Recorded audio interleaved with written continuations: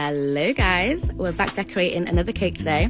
This one is one of my tall cakes, so I've got 4 layers of 2-inch sponge and then about ½ an inch of buttercream in between each layer, which means it turns out to be about 10 inches tall once filled. So I've got 2 layers of vanilla sponge with vanilla buttercream and then 2 layers of red velvet sponge with a cream cheese filling. Yum!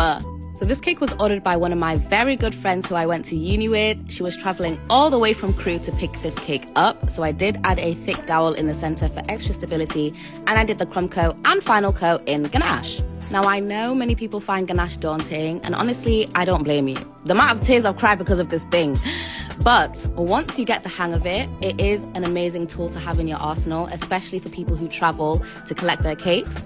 Even though I've got the technique down, I still do get cracks every now and again. So here I'm just doing a little bit of surgery to hide that crack so it doesn't show in the final coat. Nothing worse than completing your cake just to find a big fat crack in the morning. No, thank you. After trimming the lip with a sharp knife, I was left with this gorgeous base, and now it's time for the final coat. And can we just get into the color, the sheen, the gloss, the texture on this ganache? Like, guys, I am obsessed. And I do have my ganache guide linked in my bio. It covers the recipe, the ratios, how I make the ganache, that little extra step I added to make it this smooth, troubleshooting, and how to fix cracks if they do occur. So check it out if you haven't already.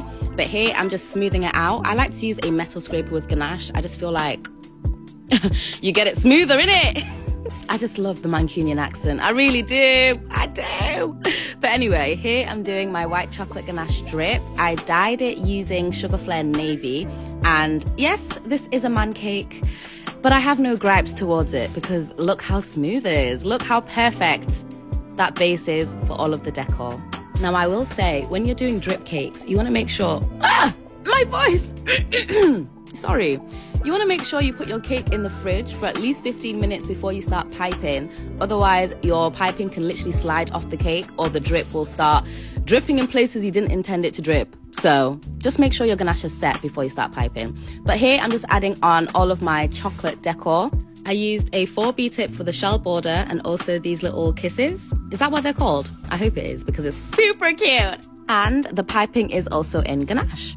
I was sent this picture as inspiration, which was originally made by Layered Bear. I hope I did it justice, girl, but I tried to follow it as closely as I could. By the way, when I was decorating this cake, we were in the middle of a heat wave and the chocolate kept melting, hence why my fingers were blue.